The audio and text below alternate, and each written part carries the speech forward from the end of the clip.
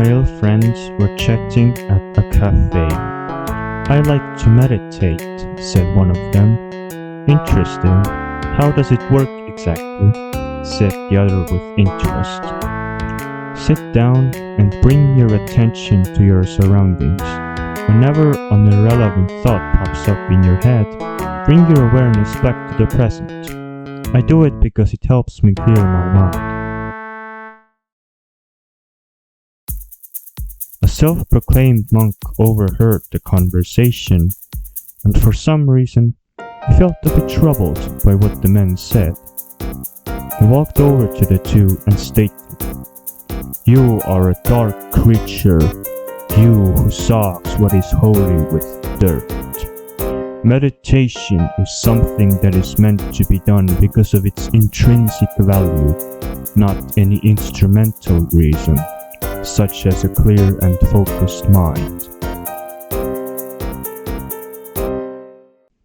But then a young man stood up far behind the non-self-aware monk.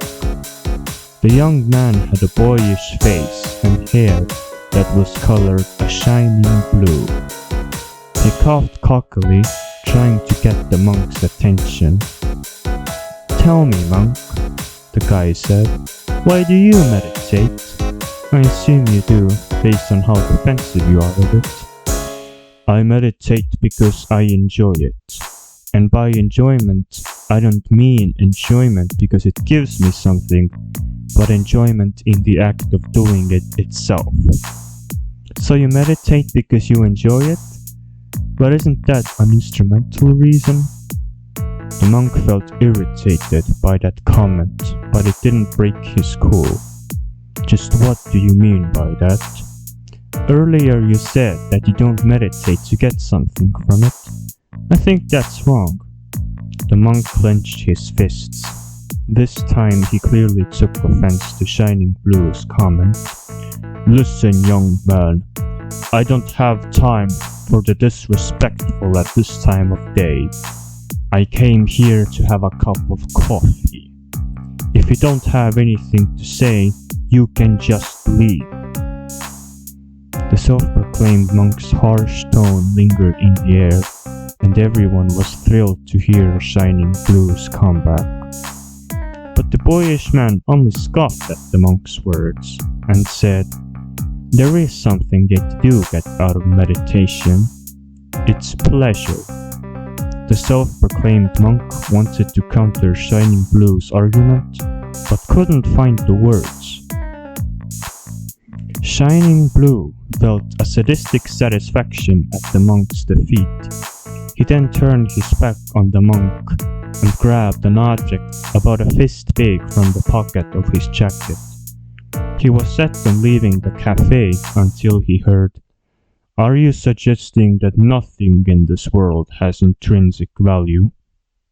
The monk's eyes radiated grit and will.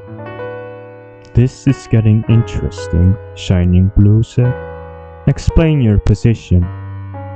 If pleasure counts as an instrumental reason, then nothing can count as an intrinsic reason, since everything we do is supposed to lead to pleasure.